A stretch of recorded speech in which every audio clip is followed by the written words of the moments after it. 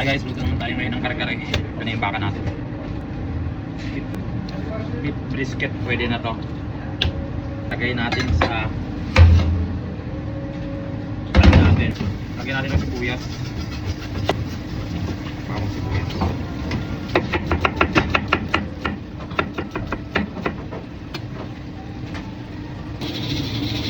Hi guys, dahil kare-kare yung gagawin natin, kaya mag-try tayo na mag-gusta tayo ng rice. Usually hindi ko ginagawa to kasi ang ginagawa ko lang pampalapot sa kanya ay yung peanut butter at saka or nag-dilute ako ng cornstarch with water. Yun lang yung ginagawa ko pampalapot. Yun lang ginagawa ko pampalapot talaga. Pero this time let's try to do it right. So magtusta tayo ng bigas.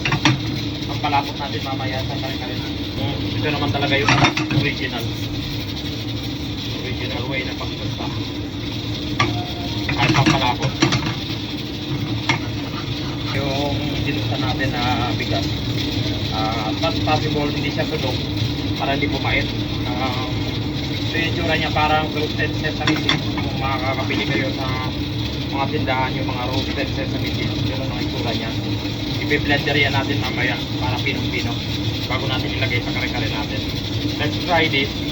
Kung ano yung kaibahan na gumamit lang ako ng slurry, corn flour and water, kung meron siyang difference. At saka minsan ginagamit ko lang yung peanut butter, yung pampalapot talaga eh. Then a little bit of corn flour and water, sorry. Pero ngayon, try natin to. Let's see what the difference. Hi guys, lutuin na natin yung kare-kare natin. So basically, mambot na tong baka natin. Mga 1 hour sa pressure cooker. Okay? So, isa lang tayo. Tika. Garlic. Ito na yung kagat. Para basin lang natin yung amoy ng bawang. Isa na, slow fire lang muna. Slow fire. Kasi lalagay na natin yung patis natin. This point, parang ginigisa natin sila ng konti. So, kailangan slow fire lang. Pagkagay ng patis, lagay na natin yung achuete powder natin. Pwede kayong gumamit ng achuete na seeds. Rin yung peanut butter.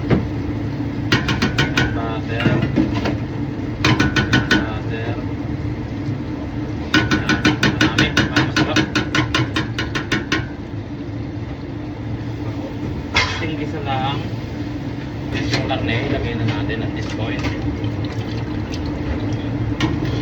Parang semi-gisa content.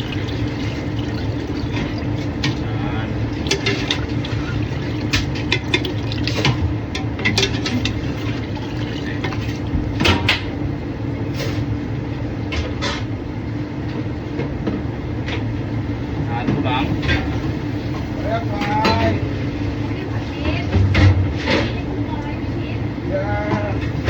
Low fire lang tayo. Wait lang. Once it's mixed, pwede natin ilagay yung ating broth. Pananaputin natin. Yan, malapit na.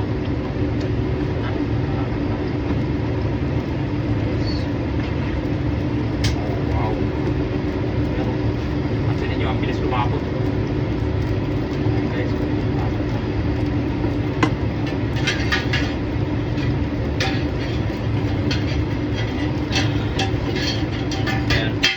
Natin.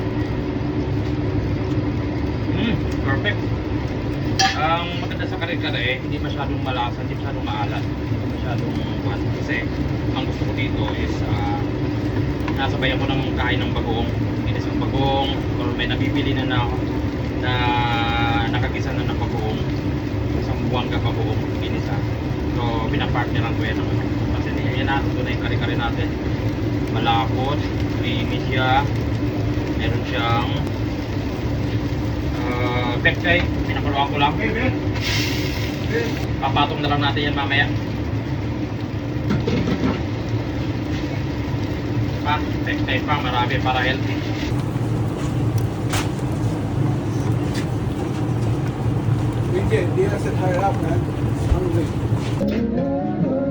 Guys, tikman na natin itong kare-kare natin.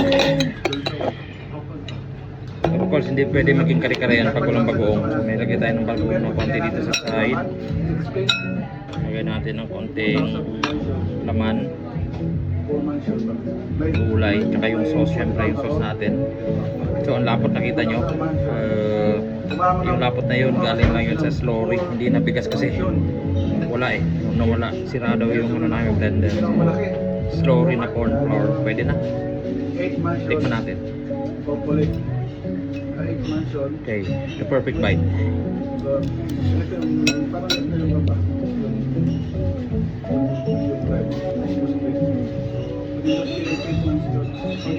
Malambot, mabinat, bagoong nandun, garlic onion, panalo to. Try nyo.